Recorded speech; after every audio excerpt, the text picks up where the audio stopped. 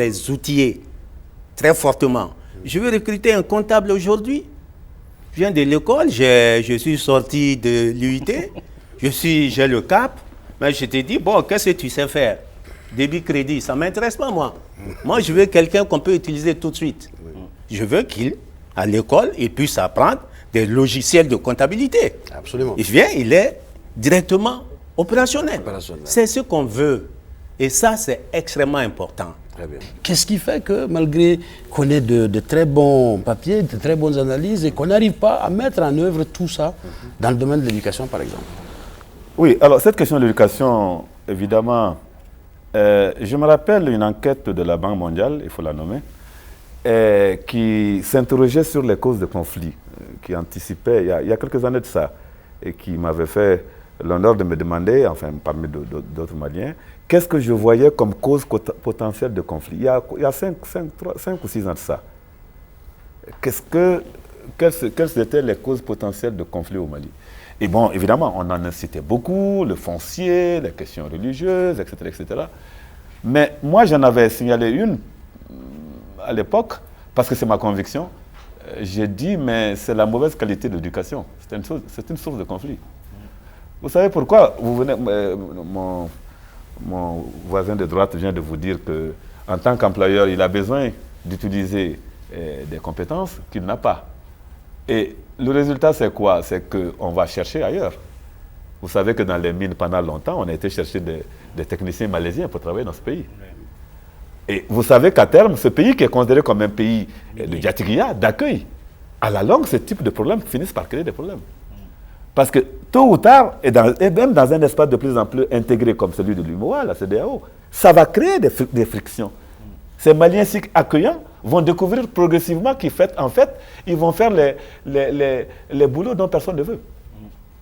C'est un exemple que je donne pour vous montrer comment, non seulement cette question de l'éducation en termes de qualité, c'est même une question de sécurité nationale. Vous avez cité le cas du chômage, parce que le problème du chômage, c'est aussi la capacité pour quelqu'un à travailler au niveau pour lequel il a un papier. Alors aujourd'hui, Kader le signalait tout à l'heure, nous sommes honteux de le dire, mais nous sommes dans un système totalement gangréné.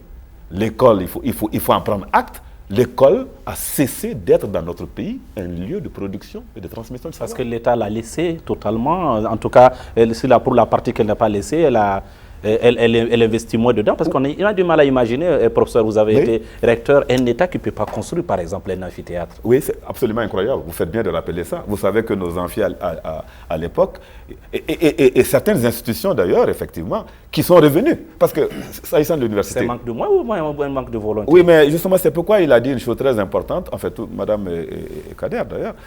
Il faut que les futurs responsables décident par rapport au Mali. C'est important. Moi, effectivement, quand j'étais en fonction comme recteur, j'ai été peiné par ça. De voir qu'on pouvait dire à notre État, nous ne faisons pas d'amphi pour vous parce que les amphis, ça va augmenter le nombre des étudiants. Mais s'ils ne font pas les amphis pour nous, mais ils font d'autres choses par ailleurs, mais pourquoi l'État n'investit pas dans les amphis?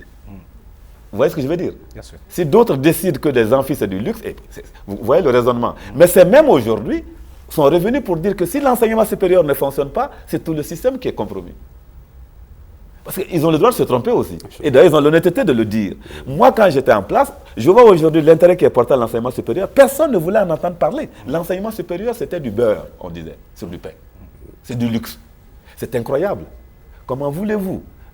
L'enseignement, l'éducation est une chaîne. Lorsqu'un niveau de la chaîne dysfonctionne, en l'occurrence l'enseignement supérieur, qui lui forme ceux qui vont enseigner dans le secondaire, qui à leur tour forme ceux qui vont enseigner dans le primaire, mais on tourne en rond. Mais votre question est très, très exacte. Je pense là qu'il s'agit des problèmes de choix. Et c'est là que la question de la souveraineté se pose. Et il faut retourner à ça aujourd'hui si on va en sortir, M. Ba. Moi, je pense que sur ce sujet, c'est une question de manque de vision ou de malgouvernance de nos dirigeants. Quand moi je vois qu'on a investi tant dans les logements sociaux, c'est bien que les gens aient des logements, mais ça, il faut le faire par le secteur privé, uniquement par le secteur privé. Tout l'argent que l'État a mis dans les logements sociaux, il fallait le mettre dans l'éducation. Il peut attendre par rapport à l'éducation, vous croyez? ils peuvent faire concomitamment. Ils vont chercher ceux qui vont... Le financement privé. Ils vont chercher le financement privé. Le budget d'État, on le met dans l'éducation. Ouais. Ça, c'est important. C'est une question de priorité que les dirigeants n'ont pas vu ou qu'ils ont vu. Ils ont fait certaines choses pour des besoins électoralistes. Est-ce que face à toute cette situation, face à toutes ces urgences, est-ce qu'on a aujourd'hui véritablement besoin d'un État centralisé tel que nous le connaissons? Est-ce que ça peut exister, cet État centralisé, capable de régler tous ces problèmes-là aujourd'hui que nous avons posés? Je pense que le pays est tellement divers qu'il faut se battre pour garder le concept d'État unitaire. Mais au-delà de ça, voir les arrangements institutionnels les plus adéquats pour vraiment faire un bon maillage administratif du sommet à la base. Mais qui va fonctionner cette fois-ci en termes de prise de décision et de choix stratégiques de la base au sommet. Et au sommet, il y aura une agrégation. Et maintenant, il y aura les contacts avec les bailleurs de fonds, etc. Et puis les ressources locales, comme l'a dit mon co-débatteur, M. Ba. C'est très important qu'il y ait une hiérarchisation dans les priorités. Donc, il faut décider les choses en fonction de l'intérêt général et pas en fonction de ce que, en tant que dirigeant, ayant la possibilité de décider aujourd'hui, je voudrais voir. Moi, je pense que ça aussi, ça a beaucoup nuit à nos politiques de développement. Sinon, tout ce qui a été fait dans le domaine de l'éducation, moi, je ne pense pas que c'est si mauvais que ça. Bon, on s'est trompé, c'est vrai, et des fois de toute bonne foi. Donc, je me dis qu'il ne faut pas avoir honte de revisiter ce qu'on a eu à mal faire. Quand on me parle de la question de la formation professionnelle, je dis qu'il y a deux choses. Il y a la formation initiale et puis il y a la formation professionnelle et continue qu'il faut voir. En matière de formation professionnelle et continue, il est important que le secteur privé soit associé. On a ce schéma avec le FAFPA. Pourquoi on n'évaluerait pas ce dispositif et voir quelles sont les failles, comment les combler, essayer vraiment de généraliser ça et d'éviter de développer des systèmes parallèles. Voilà, exactement, à la faveur de la privatisation, parce que le FAFPA ne forme pas. Il travaille avec des structures de formation qui sont habilitées, homologuées à son niveau. Donc je me dis, c'est quelque part ces systèmes qu'il faut voir. Maintenant, au niveau de l'éducation, de la formation initiale, c'est vrai que bon, on a eu beaucoup d'errements. L'adéquation formation-emploi, c'est incontournable de ce point de vue. La compréhension des citoyens de l'État, est-ce que ce n'est pas le fait que les gens, par exemple, comme vous le dites, ne vont même pas à l'école? Pour ceux qui vont à l'école, ils ne durent pas à l'école. Est-ce que ce n'est pas ça qui plombe encore notre devoir de citoyenneté pour arriver à la question de la citoyenneté, qui est une question essentielle? Nous devons aussi modifier nos paradigmes de l'éducation. Hein? L'éducation dans une salle de classe avec 4 murs, peut-être que ce n'est pas le seul mode pour acquérir des savoirs, des savoir-faire et des savoir-être. Et à ce moment-là, on retourne à la question qu'on a abordée au début de l'émission, de savoir comment on retourne vraiment, revisiter le Mali profond et aussi puiser dans les savoirs traditionnels de l'éducation et de l'apprentissage. Hein? Et aussi aborder à ce moment-là la question de la citoyenneté, la question de l'appartenance à la société tout simplement. Et même la question de l'éducation dans la famille. Que la majorité des citoyens, peut-être qu'ils ne comprennent pas, qu'ils ne prennent pas d'abord position et que souvent quand ils prennent des positions, c'est des positions peut-être matérialistes individuelles ou des positions violentes. Exactement. Vous voyez bien comment les choses évoluent. Parce que quand on regarde la situation du Mali aujourd'hui, il faut vraiment se rendre à l'évidence que nous sommes dans une situation où l'ignorance gagne. Dans la mesure où les taux de scolarisation, malgré les gros efforts qui sont faits. Mais je crois qu'il faut voir aussi derrière ces taux-là, que nous avons souvent brandi aux partenaires extérieurs comme des... Il faut voir derrière ces taux-là la question de la qualité de l'enseignement. Je crois d'ailleurs aujourd'hui, tous les partenaires reviennent sur cette question de la qualité de l'enseignement. Il y a des gens qui vont à l'école qui ne comprennent pas, qui sortent au bout de 5 ans, mais c'est ça l'illettrisme, qui ne savent pas comprendre un texte. Mais ce que je veux dire fondamentalement, et ça, je pense que nous sommes toujours en train de nous référer au pays par qui nous avons hérité de cette démocratie, en tout cas sous sa forme actuelle. Quand on prend l'exemple français, mais c'est l'école qui fait la République. Ne parlons même pas de démocratie. L'idée de la République, pour la faire rentrer dans la tête des gens, c'est par l'école. Jules Ferry, toutes les lois Jules Ferry, c'est l'école qui a fait la République. Et le projet démocratique, il n'a aucune chance de s'ancrer en dehors de l'école. Vous savez que, à propos des valeurs, ce sont souvent les enfants qui font adopter les valeurs par leurs parents. Nous, à l'école, nous sommes, disons, les enfants de l'indépendance, mais on a connu un tout petit peu l'école coloniale. Mais les soins d'hygiène, on les apprenait aux enfants pour qu'ils les rapprennent à leurs parents. Au retour à la maison. Au retour à la maison. Et donc, si la démocratie ne passe pas par l'école, elle ne passera jamais. Donc, il y a un challenge là. Si l'état de droit, toutes ces idées que nous manipulons ne passent pas par l'école, elles ne passeront jamais. Et vous avez raison, la citoyenneté aujourd'hui au Mali est à mal, parce qu'on voit visiblement. Mais j'entends parler de nation, une et indivisible. Mais demandez aux gens ce que c'est que la nation. C'est pas propre d'ailleurs au Mali. Vous avez beaucoup de pays où les gens vous parlent de nation sans pouvoir vous dire ce que c'est qu'une nation. Bon, c'est déjà bien, ils se sentent appartenir à la nation. Mais qu'est-ce que c'est que la nation? Mais c'est à travers l'école aussi qu'on construit la nation. La nation n'est pas une donnée permanente. C'est une des questions que nous visitons dans cet ouvrage-là. La nation n'est pas une donnée permanente. L'école est le lieu où se travaille la nation. Et quand on parle de taux de croissance dans un pays, je ne veux pas heurter madame, les taux de croissance c'est formidable. Mais un pays, ce n'est pas une affaire comptable seulement. Un pays, c'est une magie, c'est une espèce de, comme disent les chimistes, c'est une alchimie. L'histoire, l'enseignement de l'histoire, je ne prêche pas pour ma chapelle, l'enseignement de l'histoire c'est important. La diversité malienne. Moi je me pose une question aujourd'hui. Est-ce que le récit de l'histoire nationale du Mali tel que nous l'enseignons depuis les années 60, est-ce que tous les Maliens s'y retrouvent? Ce que nous appelons le roman national. Est-ce qu'il est partagé? Est-ce que tous les Maliens de toutes les parties du Mali se retrouvent? On n'a pas suffisamment travaillé ces questions-là, et au niveau de la recherche, et au niveau scientifique. Aujourd'hui, un étudiant, je ne sais pas moi, Minyanka, Bois, peut me demander, et ça arrive, mais où est-ce que je me trouve dans ces empires-là? C'est des questions que j'entends en tant qu'enseignant. Et nous devons répondre à ces questions-là. Le fait de ne pas aller à l'école peut être fatal à la citoyenneté, mais en même temps, est-ce qu'on devrait laisser aussi l'impunité régner? Là, ça m'amène à poser la question de la réconciliation nationale dans l'école. On a engagé, qu'on voudrait faire aboutir. Est-ce que, M. Kader Diko, vous croyez qu'on peut pouvoir réconcilier les Maliens en laissant les mêmes bases, l'impunité? Ceux qui commettent des actes ne sont jamais punis. Sûrement pas. Dans le contexte de sortie de crise dans notre pays, je me fie aux legs de tradition, aux valeurs de notre société. Et je crois que nous pouvons relever ce défi et que nous allons pouvoir rebâtir une société conviviale. Mais certainement pas, bien sûr, sur la base de l'impunité. La création de la commission dialogue et réconciliation, est-ce que vous pensez qu'aujourd'hui, les conditions sont réunies pour un dialogue sincère entre Maliens? Bon, en fait, si vous me permettez un mot sur la question de la citoyenneté et l'école, je pense que ça me ferait plaisir. En réalité, moi, je pense que l'école vient compléter ce qui se bâtit au sein de la cellule familiale. Ça, c'est essentiel.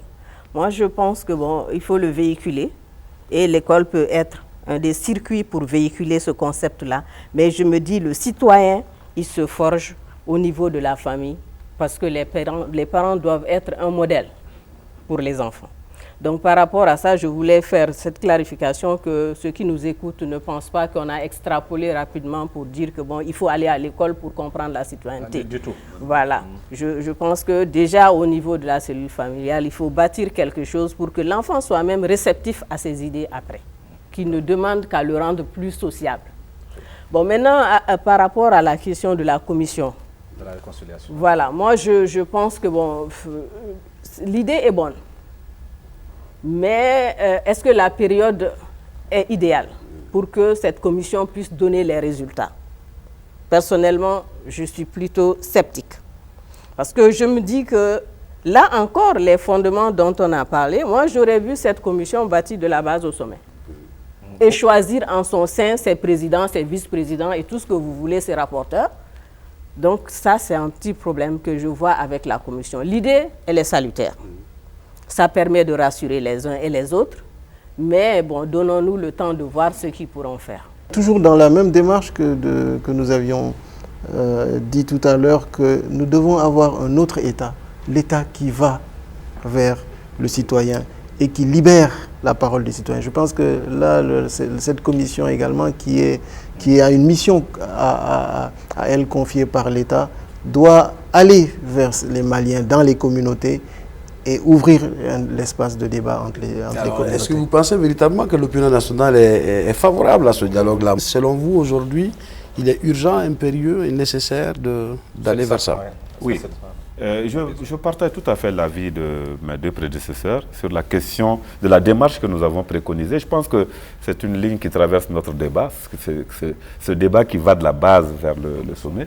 Moi, je suis certain que ce dialogue, en tout cas que je souhaite personnellement, contribuerait à la réconciliation. Parce que pour qu'il y ait réconciliation, je crois qu'on n'a pas besoin d'être un grand spécialiste de la réconciliation pour constater que quand deux personnes sont en bisbille, quand deux personnes sont en conflit, il faut bien arriver à établir un dialogue. Et une autre chose qui est indispensable pour les concilier, c'est qu'il faut que la vérité soit dite. Et c'est pour ça que dans certains pays, la Commission a eu cette... trois pieds. À 3 pieds. Ouais. Il me semble que la dimension justice est une... je pense qu'il y a bientôt un colloque sur la justice transitionnelle, comme on dit.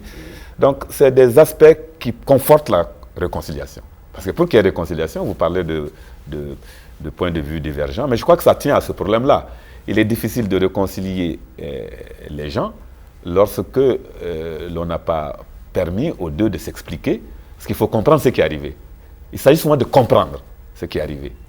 Et il y a quelque chose qui s'est passé, on s'explique, les deux parties s'expliquent, et on comprend ce qui est arrivé. Ou on pardonne, parce que pour arriver au pardon, il faut d'abord parler. C'est pour ça que le dialogue dont nous parlons est absolument indispensable, même dans le cas de la réconciliation. Et ne pas continuer quand même à faire perte et profit tous ces gens qui ont perdu leur vie dans cette histoire. Ça, c'est pas possible. Ça, ce n'est pas possible. Selon vous, les deux formules peuvent aller ensemble, peuvent cheminer ensemble?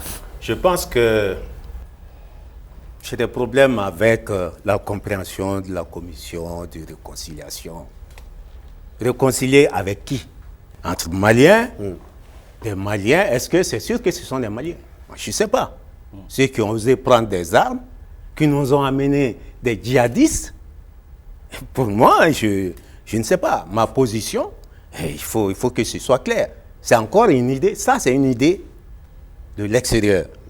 Et on est à peu près obligé d'aller vers...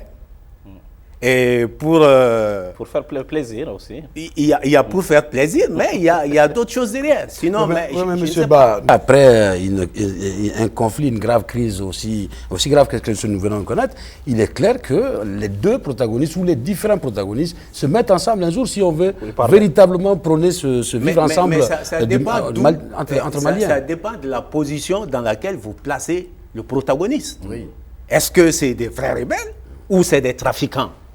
Des terroristes. Des terroristes qui ont pris les armes. Ça, c'est la question fondamentale. La réconciliation au Mali aujourd'hui, il ne faut pas la voir que dans les régions nord, à mon avis. Moi, comme je vous l'ai dit, tel que je sens le pays, je crois que la réconciliation, c'est la réconciliation des citoyens aussi et de l'État. Parce que vous savez, nous sommes dans une situation presque où les gens défient l'État à longueur de journée. Tout à fait. On n'a pas de citoyenneté. Et combien de gens payent les impôts? Vous savez, on est dans le défi permanent de l'État. Et comment faire justice, justement, pas simplement par rapport à ceux qui ont pris les armes, mais par rapport à ceux qui détournent l'argent de l'État. La corruption, la lutte contre la corruption, par exemple. Comment faire en sorte que cela marche encore au Mali? C'est ça le dernier tour de table que je vous propose. Chacun propose ce qu'il veut, sans oublier qu'on a beaucoup mis les élites en cause. Mais est-ce que les élites sont dans des conditions où ils peuvent éviter cette situation de corruption généralisée? La question de la gouvernance... c'est ce qui débouche sur ce déviationnisme par rapport au comportement qu'on devrait logiquement avoir par rapport à la chose publique, que nous appelons généralement la corruption. Moi, je me dis, bon, en réalité, le système de corruption au Mali, il est assez compliqué. C'est à différents niveaux. La petite corruption, je pense qu'elle est très très nuisible parce que ça induit des corruptions à différents niveaux. Je prends par exemple, et ça, très souvent c'est l'exemple qui me semble le plus patent. Vous êtes policier, votre fils va à l'école. Le maître demande à ce que certains prennent des cours à domicile. Nous savons le traitement qui est fait à ceux qui acceptent ces cours à domicile. Votre salaire vous suffit à peine pour prendre les charges du ménage. Vous allez prendre l'argent dans la poche de quelqu'un d'autre, parce qu'il faut que vous payiez ça à votre enfant. Vous allez au centre de santé, c'est la même chose. Bon, donc au centre de santé, l'argent, tu le prends chez l'infirmier. L'infirmier aussi, quand le policier vient, il prend l'argent. Donc je me dis, c'est une nébuleuse. Donc ne nous attardons pas trop sur ça. La petite corruption. Voilà. Non, elle est insidieuse, hein, cette petite corruption. Difficile à combattre. Elle est difficile à combattre, pourtant il faut y arriver. Bien sûr. Il faut y arriver. Et ça rejoint un peu ce que M. Ba disait tout à l'heure, faire des affiches. Moi, je ne dirais pas ça. Je pense qu'on est dans une population beaucoup plus orale qu'autre chose, de tradition jusque-là, malgré tout ce qu'on peut dire. Communiquer beaucoup par rapport aux droits du citoyen et à son rôle de contrôle citoyen. Je me dis, quand on dira à chacun, voilà, c'est toi qui dois veiller à ce qu'il n'y ait pas la corruption, cette personne ne sera pas à la base de la corruption parce qu'il va veiller à ce que son comportement soit modèle. Il faut qu'on arrive à mettre ça dans la tête des gens. Il y a des mesures coercitives, même à ce niveau. Non, j'en arrive. Les mesures coercitives, ça, c'est un autre niveau de corruption. Moi, je pense que ça rejoint les questions de délinquance financière carrément. Et de rapports de contrôle et d'audit qui dorment. Toujours. Et là, il y a un problème sérieux par rapport à ces questions. Très souvent, on prend des raccourcis en disant la justice ne dit pas le droit. Je dis c'est trop facile.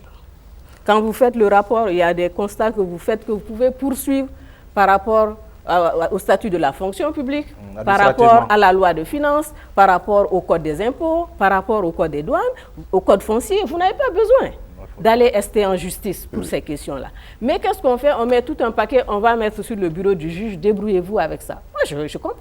Il suffit que ce juge ait une velléité de déviation pour que vous lui en donniez l'occasion. Donc, je me dis que c'est tout le système de contrôle qu'il faut revisiter. Au niveau des structures de contrôle de l'État, d'abord, veiller à développer le contrôle interne même jusqu'au niveau local. Et là, c'est une des tares de la décentralisation, parce que transfert de ressources, d'accord. Mais est-ce que quelqu'un est là pour contrôler? L'inspection des finances, l'inspection des domaines, tous sont à Bamako.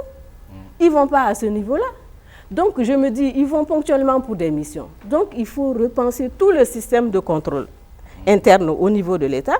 Parallèlement à ça, donner aux vérificateurs la possibilité de faire ce qu'ils commencent à faire maintenant, c'est-à-dire rester directement en justice pour que quand même, il y a des gens qui soient épinglés en fonction du délit qu'ils ont fait. Parce que moi, je me dis au Mali, ici, la corruption, ça ne se mesure pas en termes de montant. Moi, c'est le principe même.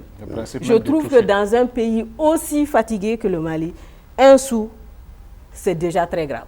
Est-ce qu'il ne faut pas rassurer la personne, l'homme qui est à l'origine de tout ça également? Je vais parler, c'est là le terme de carrière des travailleurs ou des professionnels. Madame a raison, travaillons sur le circuit de contrôle et de répression. Mais pour répondre à ta question, je voudrais abonder plutôt sur l'aspect prévention de la corruption. Et la prévention, là, m'amène à parler plutôt du projet de société des Maliens. Il faut que nous fassions une rupture avec le modèle de développement que nous avons choisi, qui fait que le simple policier, l'enseignant, etc., chacun court pour joindre les deux bouts. Mais le futur président de la République du Mali et la future équipe dirigeante qui va venir doit avoir un projet de politique et de société pour des services accessibles et à moindre coût pour l'ensemble des Maliens. Je pense qu'une fois qu'on agit en amont sur ces aspects, ça va contribuer aussi à réduire la portée de la corruption. Je vais insister sur un point à propos de la corruption que j'ai beaucoup apprécié dans l'analyse qu'en fait un de nos collègues, Amadou Keïta, actuellement à la Cour constitutionnelle, qui a contribué à cet ouvrage. C'est ce qu'il appelle l'économie morale de la fraude. L'économie morale de la fraude. Vous savez, ce qui se passe, c'est très grave. C'est que quand la tricherie est organisée en mode de vie dans un pays, ça paraît presque normal pour tout le monde. Et nous sommes dans un pays où on est très sensible au jugement de l'autre. Vous savez, il a dit, on a transformé ça, on a réinterprété ça dans des valeurs de chez nous. Oui, enfin, Djigitougou. Voilà, c'est-à-dire que vous trichez pour sortir quelqu'un d'affaires, il y a Djigitougou. Alors, tant que la société globale elle-même vit dans ce schéma, ça pose problème. Donc, il est important, le niveau de sanction, le niveau de... Mais il est important, parce que la petite corruption dont elle a parlé, c'est très important. Cette corruption presque quotidienne que nous trouvons finalement normale, mais voyez-vous, nous fonctionnons tous avec ça. On nourrit tout le reste. Dans ce domaine, les mots, disons, en tout cas, les pratiques sont connues et personne n'aime ces pratiques. Est-ce que ça paraît si difficile que ça, madame, d'en finir avec ça, puisqu'on est tous d'accord que oui, ce n'est pas bien. C'est pour ça que quand il décrit ce mécanisme, il dit, c'est important, on en revient toujours, et ça rejoint ce que Kader disait. Vous savez, quand l'État devient défaillant, et même je crois que les économistes disent ça, la confiance est rompue. Ce qui compte dans nos sociétés, c'est la relation interpersonnelle. Or, normalement, la confiance devait être à l'institution. Mais puisque l'institution n'inspire plus confiance, c'est aux individus qu'on s'adresse pour résoudre ces problèmes. C'est ça qui fait l'économie morale de la fraude. Et cette tricherie organisée finit par être quelque chose avec qui nous nous accommodons. Je pense que ça aussi, il faut régler. Dernier mot avec... Mes collègues ont dit des choses qui, conjuguées ensemble, peuvent mettre un frein à la corruption. Mais il faut se dire aussi qu'il y a un certain nombre d'éléments qu'il faut que les gouvernants puissent voir. C'est-à-dire, chaque fois qu'on a un besoin qui est insatisfait, je dis besoin vitaux qui est insatisfait, les gens, ils vont chercher ailleurs. À le combler. Ils vont chercher ailleurs. Ça, c'est important. Et pour les petites corruptions, la grande corruption, moi, je continue à croire qu'il faut faire beaucoup de communication au niveau de la presse, au niveau des affiches partout, en plusieurs langues, pour dire à la douane, si tu veux dédouaner tel véhicule de telle année, voici, c'est comme ça. Et dire aux gens, où est-ce que tu vas chercher l'information pour te renseigner? Et si ce n'est pas fait comme ça, est-ce que tu as un recours? Il faut avoir un recours, un bureau de recours, pour dire, tu dois avoir ce papier, tu ne l'as pas parce que tu n'as pas accepté, payé. Je vous remercie tous ensemble. On remercie nos invités, Mme Boiré Félicie Soko, et puis M. Kader Diko, le professeur Doulaye Konaté, et puis M. Djibril Ba. Merci tous d'être venus pour ce premier numéro, que je rappelle un numéro prologue à tout ce que nous allons faire dans les prochaines semaines, dans les prochains mois, pour vous édifier largement sur ce que sera les vrais enjeux des élections présidentielles 2013. Je vous remercie d'avoir suivi toutes les semaines. Donc vous suivrez cette émission mercredi et vendredi sur la télévision nationale du Mali. Merci d'avoir suivi et bonne suite du programme.